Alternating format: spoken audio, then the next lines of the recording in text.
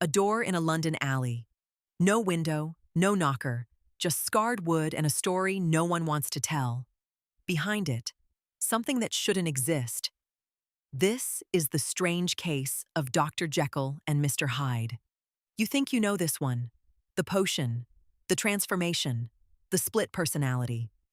Almost none of that is quite what Stevenson wrote. The truth is quieter, stranger, and far more unsettling. It starts with Mr. Utterson, a lawyer who never smiles and lives by routine.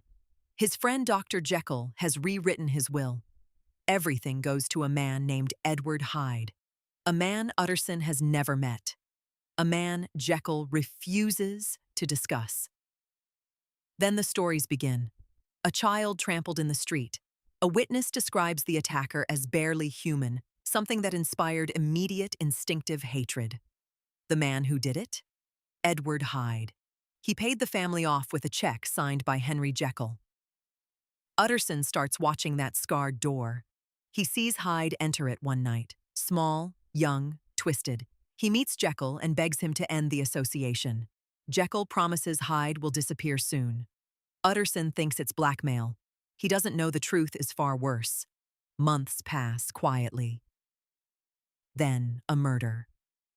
Sir Danvers Carew, a member of Parliament, beaten to death with a cane in the fog. A maid saw it happen. The killer? Edward Hyde. The murder weapon belongs to Jekyll. Utterson races to Jekyll's house. Jekyll swears Hyde is gone forever. He shows Utterson a letter from Hyde, apologizing and promising never to return. Utterson believes him. The handwriting expert he consults notices something odd. Hyde's handwriting and Jekyll's are nearly identical.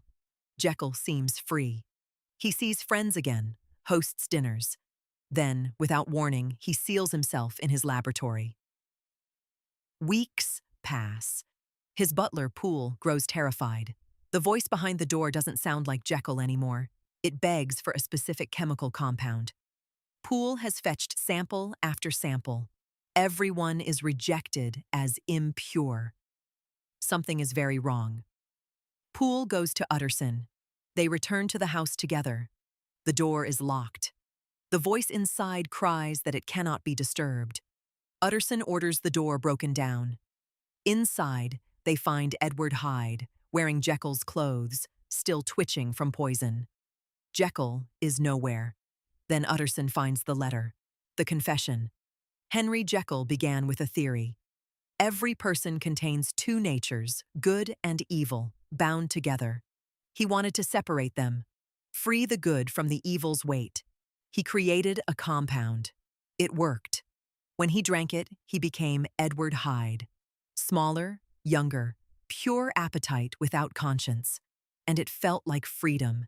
He reveled in it, rented rooms, committed acts he'd never dare, as Jekyll, always knowing he could drink the compound again and return, safe, respectable, until he wasn't.